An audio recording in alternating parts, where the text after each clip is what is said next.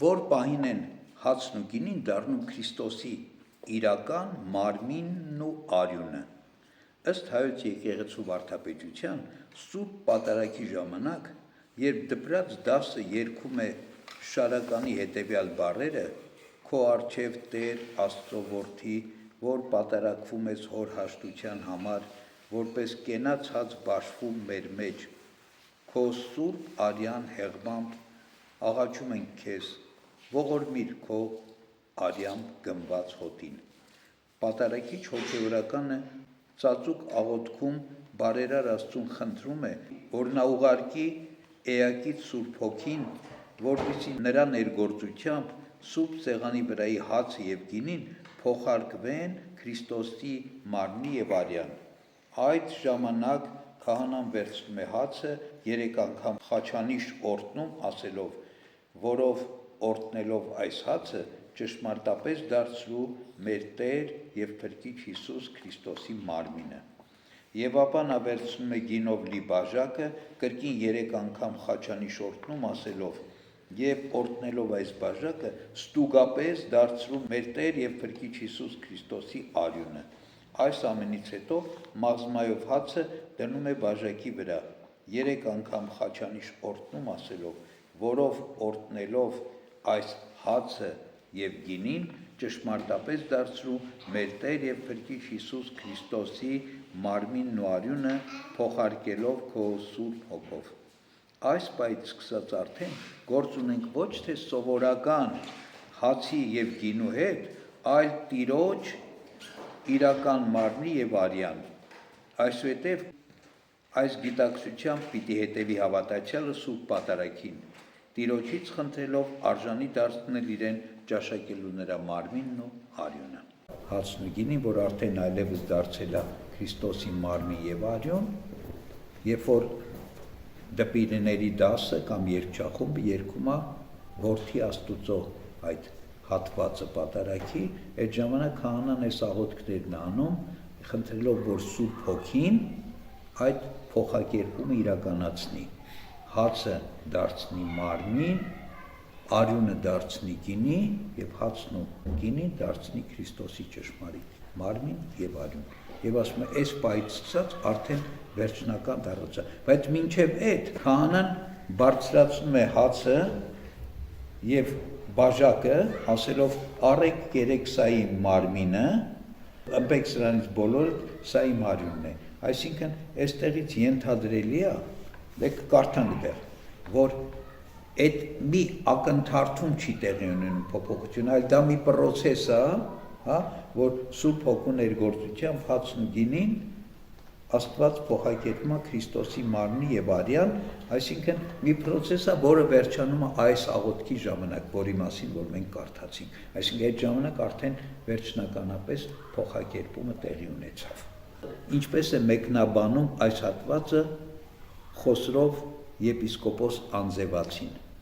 Խոսրով Անձևացին 10-րդ դարի մեր եպիսկոպոսներից է, աստվածաբան եպիսկոպոս, պատարագի մասին մեկնություն ունի գրված, իդեպ ովքեր չգիտեն, Խոսրով Անձևացին Գրիգոր Նարեկացու հայրն է։ Հայ եկեղեցական մատենագրության մեջ պահպանված Սուրբ Պատարագի առաջին մեկնության հեղինակը Խոսրով եպիսկոպոս Անձևացին, Սուրբ Գրիգոր Նարեկացու հայրը, այսպես է մեկնում ընծաների նվիրագործման վերաբերյալ հատվածը։ Փրկիչը մարմնացավ Սուրբ Մարիամից Սուրբ Հոգու միջոցով, ով ուղարկվելով հորից Մարիամի արգանդից մարմին վերցրեց և խառնեց, միացրեց բան Աստծուն, ով նրանից ծնվելով իբրև մի որդի և Աստված հայտնվեց։ Սուրբ Հոգին նույնն է գործում նաև եկեղեցում և Սուրբ Սեղանի վրա վերցնելով հացը, ինչպես և սկիհի գինին միացնում է Աստծո որդուն, և սա ճշմարտապես դառնում է Քրիստոսի մարմինն ու արյունը։ Իսկ երբ ասում ենք, թե Սուրբ Հոգին հավիտենակից է և էակից, դրանով խոստովանում ենք միշտ Հոր մոտ եւ հոր հետ լինելը, ինչպես հայրը կա եւ միշտ մնալու է, եւ չկա մի ժամանակ, երբ չկար, այդպես էլ Սուրբ Հոգին միշտ հոր եւ որդու հետ էր, եւ է մշտնջենապես եւ էակից, ով նաեւ այսպիսի մեծամեծ հրաշքներ է գործում սովորական հացն ու գինին, Աստծո որդու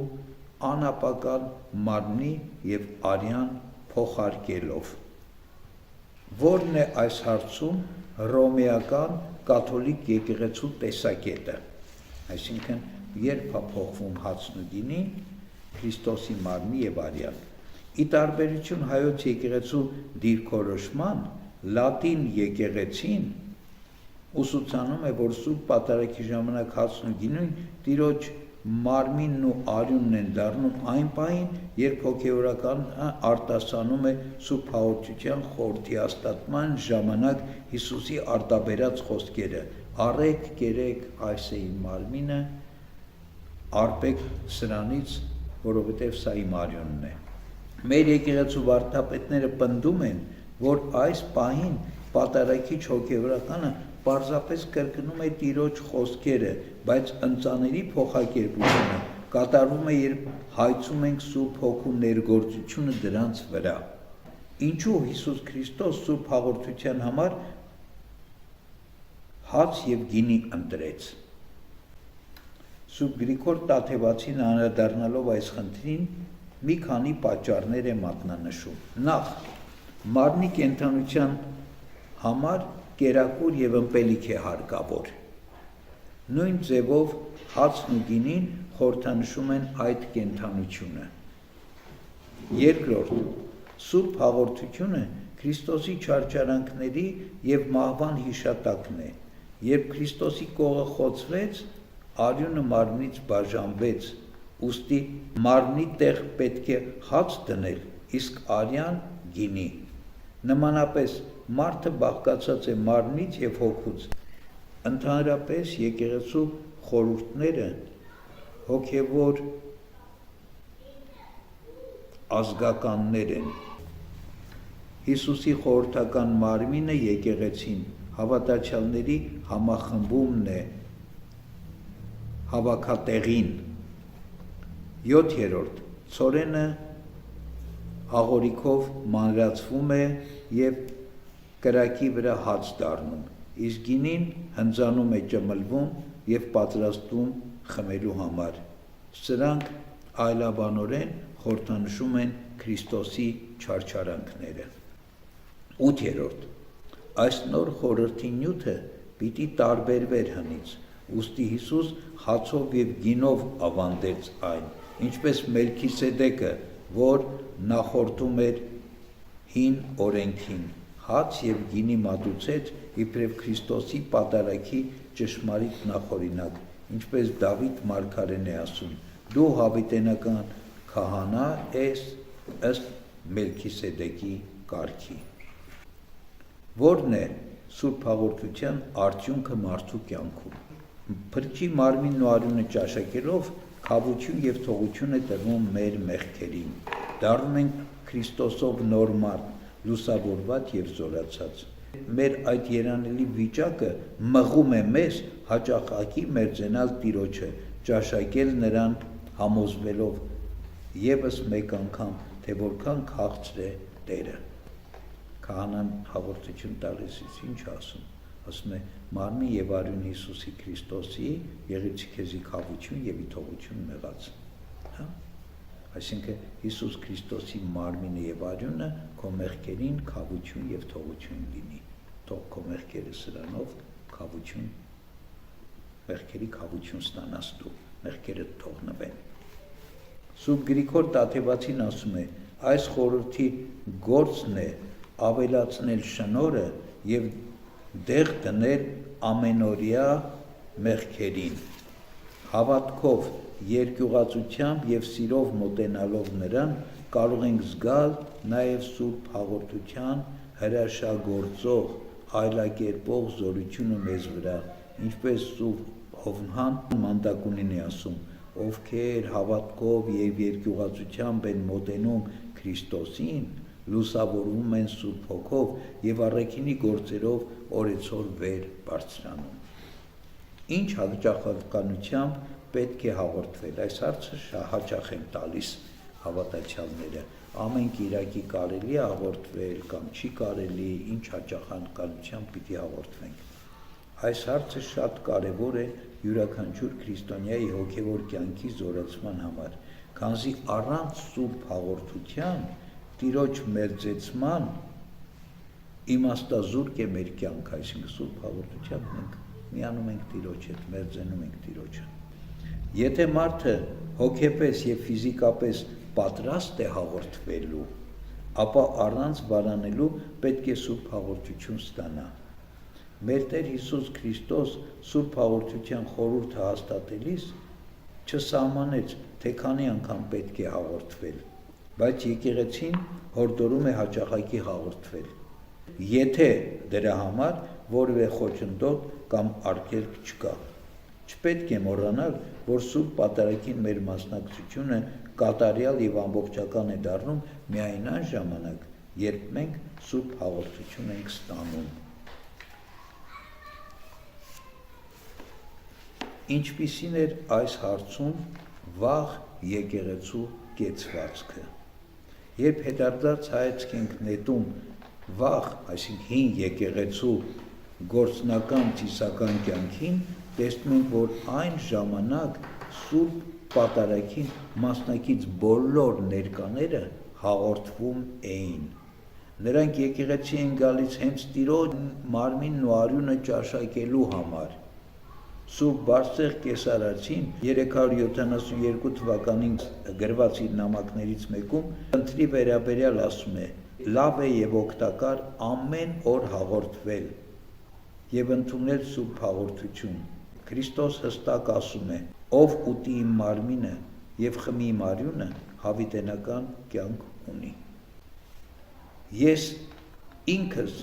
շաբաթը 4 անգամ եմ հաղորդվում։ Կիրակի, չորեքշաբթի, ուրբաթ եւ շաբաթ, ասում է Բարսեղ Կեսարացին, ինչպես նաեւ ուրիշ օրերի, երբ ինչ որ սրբի հիշատակություն է լինում։ Այս վկայությունը ցույց է տալիս, թե ինչ հաճախականությամբ էին այդ ժամանակ քրիստոնյաները մոտենում սուրբ հաղորդությանը։ Բացի այդ, հատկապես վանական համալիրներում ամեն օր սուրբ պատարագ էր մատուցվում եւ մարդիկ բնականաբար կարող էին հաղորդվել։ Առաքելական շրջանից եկած այս սովորությունն այժմ էլ պահպանվում է Սուրբ Երկրի տերունական սրբավայրերում, քանզի Երուսաղեմի հայոց պատրիարքության զինվորյալ միաբանության անդամները ապրում են այդ նույն հոգևոր ռիթմով։ Նրանք ամենօրյա սուրբ պատարագներ են մատուցում հայրից պատկանող սրբավայրերում, որոնց ժամանակ մասնակիցները կարող են սուրբ հաղորդություն ստանալ։ Ինչ հաճախականությամբ պետք է այսօր հաղորդվել։ Այժմյան իրականությունը եւ ծիսական կյանքը տարբերվում են անցյալից, քանզի մեզ մոտ սովորաբար սուրբ պատարագ է մատուցվում կիրակի, տոն եւ մասնավոր օրերին, ինչպես նաեւ այս կամ այն սրբի տոնին, որը հանդիպում է շաբաթվա ընթացքում։ Հետևաբար, թե քանի անգամ կարելի է տարվա մեջ սուրբ հաղորդություն ստանալ հարցը կախված է ոչ միայն սուրբ պատարագների մատուցումից, այլ նաև մեր ներքին հոգևոր պատրաստությունից։ Անշուշտ, կատարյալ եւ իդեալական կլիներ հաղորդվել յուրաքանչյուր պատարագի ժամանակ, բայց գործնական հոգևոր կյանքը այլ բան է ցույց տալիս։ Մենք զանազան պատճառներով միշտ չէ որ պատրաստ ենք սուրբ հաղորդությանը մոտենալու։ Բացի այդ, մեզանից յուրաքանչյուրն ունի իր հոգևոր ուրույն աշխարհը, որ տարբերվում է մյուսինից։ Եթե տվյալ մարդը իրեն պատրաստ է զգում եւ ցանկություն ունի հաղորդվել ամեն կիրակի, ապա անկասկած կարող է մոտենալ սուրբ հաղորդությանը։ Մեկ այլ ծայրահեղություն է, երբ մենք հաղորդվում ենք տոնից տոն կամ առիթից առիթ։ Սուրբ հաղորդության յուրաքանչյուր ճաշակումից հետո մարդը պետք է պատրաստվի հաջորդին, այսինքն քրիստոնյայի կյանքը պետք է լինի Տիրոջ մարմինն ու արյունը ճաշակելու հանապաս պատրաստության հարատև մի ընթացք։ Այդ դեպքում ինչու են հոգևորականները հաճախ նշում, որ տարվա ընթացքում պետք է հաղորդվել 5 տաղավար տոներին։ Եկեղեցականները հորդորում են, որ քրիստոնյան տարվա ընթացքում պարտադիր սուրբ հաղորդություն ստանա գոնե 5 տաղավար տոներին՝ Սուրբ Ծննդյան, Սուրբ Հարության, Զատկին, Պայծառակերպության, Վարդավառին, Սուրբ Աստվածածնի վերափոխմանը խաղողորտնեքին և Խաչ վերացին։ Սա այն նվազագույնն է, որ պահանջվում է յուրաքանչյուր քրիստոնյայից, բայց պետք չէ բավարարվել այսքանով։ Ինչպես մեր մարմնի ֆիզիկական գոյության համար նյութական հաց ենք ուտում և մեր քաղցը մեղմում, այնպես էլ հոգևոր հացի սուրբ հաղորդության կարիքն ունենք մեր հոգևոր քաղցը և սովը բավարարելու համար։ Ուստի եզրակացությունը մեկն է՝ ցանկության և պատրաստ լինելու դեպքում եկեղեցի գնալ, մասնակցել Սուրբ Պատարագի և Սուրբ Հաղորդություն ստանալ։ Ցանկացած քրիստոնյա պարտավոր է միշտ պատարագի գնալ, ոչ թե ցանկության դեպքում պիտի գնա պատարագի։ Որովհետև եթե մարդը իրեն քրիստոնյա է համարում և գիտակից քրիստոնյա է, ուրեմն պարտադիր է ամեն պատարագի գնալ, իսկ հաղորդվել ամեն անգամ թե չէ, կախված է մարդու պատրաստությունից։ Անպատրաստ հաղորդվելը մեղք է։ Պողոս առաքյալն ասում է, ովքեր անարժանաբար են մոտենում Սուրբ Հաղորդությանը, ոչ թե հաղորդություն են ստանում, օրհնություն, այլ դատապարտություն։ Ուրեմն մարդը շատ լուրջ պիտի պատրաստվի Սուրբ Հաղորդություն ստանալուց առաջ։ Ինչ է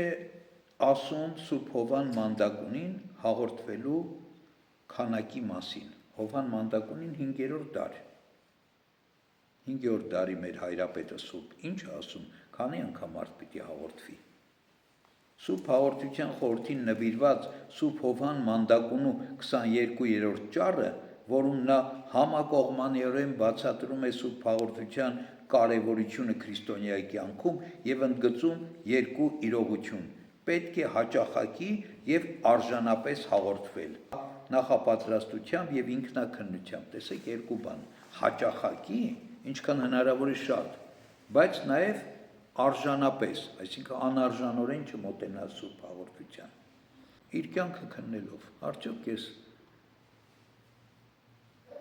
ճիշտ եմ ապրել այս ընթացքը, այս նախորդ օրերը կամ այս շաբաթը կամ այս ընթացքը, որ պատրաստվում էի Սուրբ Հաղորդության։ Այս առումով էլ նա եզակի հեղինակ է հայրաբանական գրականության մեջ, որ տվյալ ժամանակաշրջանում առանձին ճառ է նվիրել հենց այս էական հարցերին։ Սուրբ Հովհան կաթողիկոսի հորդորը հետևյալն է. եթե արժանի ես խորհրդին, ապա հանապաս վայելիր համարձակորեն, որպեսզի հոգով լցված, Քրիստոսին զգեցած, հագած և Քրիստոս ընդունած լինես, եթե արժանի ես, ասում եմ միշտ, հանապաս։ Տիրոջ մարմնին ու արյանը հաճախակի մերձեցման նրա շեշտադրությունը կարևորվում է նաև նրանով, որ այդ ժամանակ ընդհանրական եկեղեցու կյանքում մշտապես հաղորդվելու սովորությունը սկսել էր տկարանալ և թուլանալ։ Այս տեսանկյունից Սուրբ Հովհան Մանդակունին տարբերվում է շատերից, հավատարիմ մնալով հաղորդվելու եկեղեցու նախնական ավանդությանը, որը այսօր էլ խրախուսելի է և գովելի։ Ինչպես պետք է պատրաստվել Սուրբ Հաղորդությանը։ Ընդհանրապես, եկեղեցու խորհուրդները հոգևոր ազդակներ են և հնարավորություն հաղորդակցվելու Աստծո հետ, զգալու նրա շնորհների հեղումը մեզ վրա, զորանալու և ամրանալու առ Աստված մեր հավատքի մեջ։ Բնականաբար, Տիրոջ մարմինը և արյունը ճաշակելու համար մեզանից պահանջվում է ճիգ և ջանք, քանզի մեր բերանով պետք է ճաշակենք այն Աստծուն, որ մեր փրկության համար մարմնացավ, մարդացավ, չարչարվեց, խաչվեց, երրորդ օրը հարություն առավ։ Ուստի Սուրբ Հաղորդությունից առաջ պետք է քննենք ինքներս մեզ և մեր կյանքը, գիտակցենք մեր մեղավոր լինելը, զղջանք, ապաշխարենք և խոստովանենք մեր մեղքերը։ Շատ կարևոր է մտապահել և երբեք չմոռանալ, որ մեր ողջ գիտակցական կյանքը պետք է լինի պատրաստություն Սուրբ հաղորդության համար։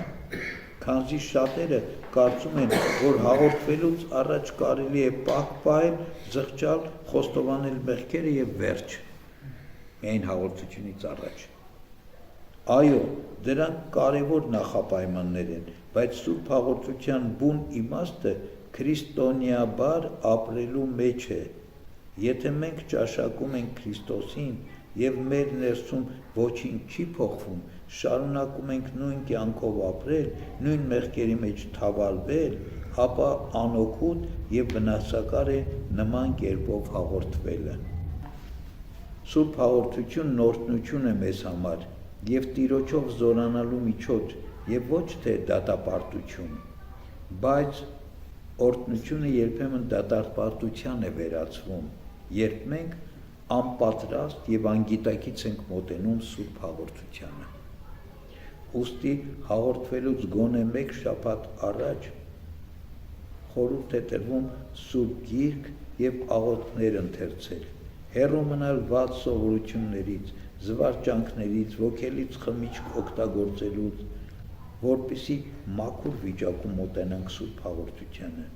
Հնարավորության դեպքում անպայման մասնակցեք նաև ընդհանրական աղոթքներին, ժամերգություններին, որպեսզի Սուրբ հաղորդությունից առաջ զորանաք և գոտեպնդվեք նաև աղոթքով։ Սուրբ հաղորդություն ստանալու օրը եկեղեցի պետք է գնալ առանց որևէ բան ճաշակած, այսինքն սոված, ովքեր կարող են նախորդ օրը երեկոյից ոչինչ չճաշակել և չխմել, թող այդպես Սուրբ հաղորդության մասնակցեն և հաղորդվեն։ Ֆիզիկական պատրաստությունը ենթադրում է, որ պետք է նաև լողացած լինել, այսինքն մարմնապես մաքուր գալ Սուրբ հաղորդության։ Հայոց եկեղեցու յոթնալույս Սուրբ Գրիգոր վարդապետը Սուրբ հաղորդության վերաբերյալ իր քարոզներից մեկում այս խորհրդի արժանի լինելու համար 3 նախապայմաններ է առաջադրում՝ հավատք, իմացություն և սրբություն, որպեսզի մարդը կարողանա Սուրբ հաղորդություն ստանալ։ Նախ ամեն մարդ պետք է հավատա, որ ինչպես Ադամի մարմնով դատապարտվեցինք, թեպետ նրա հետ հանցանք չգործեցինք, նմանապես Քրիստոսի մարմնով սրբվում ենք, թեպետ նրա նման սուրբ չենք։ Ադամի մարմնով մարդ և մարդու որդի ենք լինում, իսկ Քրիստոսի մարմնով Քրիստոս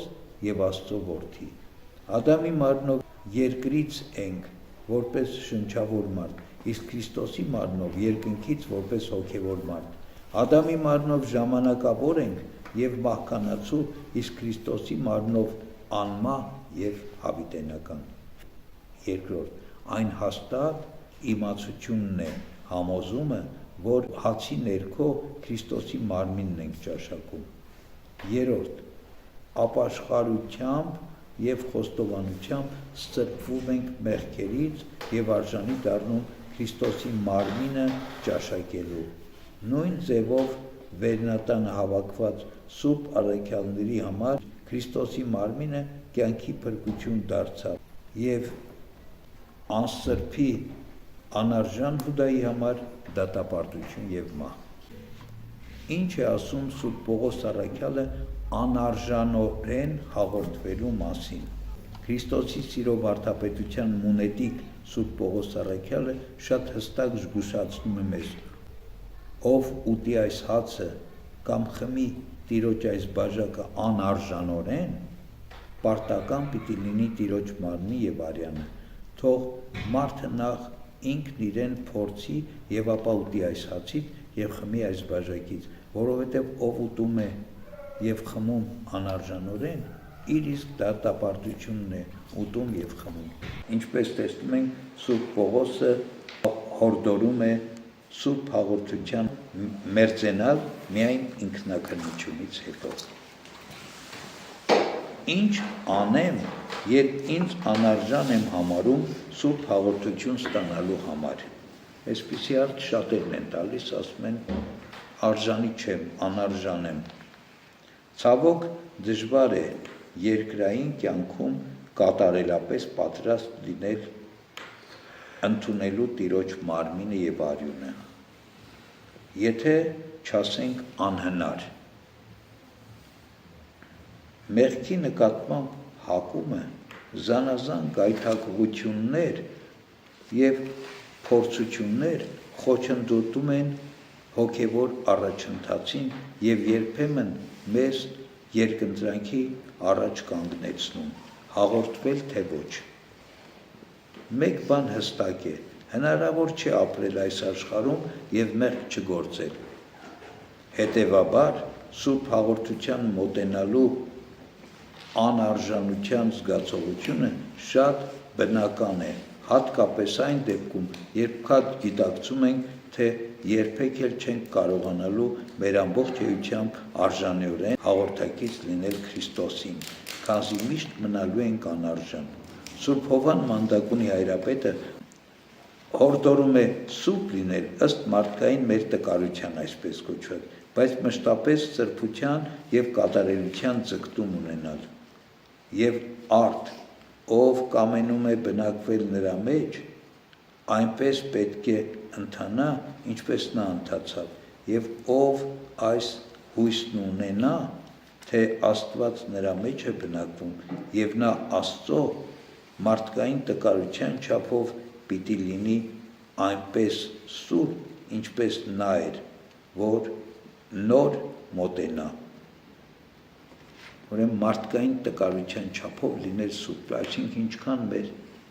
մարդկային տկարությունը հնարավորություն է տալիս, ձգտենք սուրբ լինելու։ Ոչ թե անհոգանանք, ասենք մեկը չենք կարա մեղք չգործենք, մեկը սուրբ չենք, մեկը ու տենց անտարբեր մնանք, չէ, մարդկային տկարությամբ հանդերձ, մարդկային տկարության չափով ձգտել սրբության։ Սխալ է նաև, երբ անարժանության զգացողությամբ արդարացնում ենք մեր չհաղորդվելը կամ քիչ հաղորդվելը, քանզի ծուլանում ենք, չենք ցանկանում մեզ նեղություն տալ եւ ինչպես հարկն է պատրաստվել սուրբ հաղորդության։ Այս ամենին նպաստում են նաեւ սատանայի որոգայթները,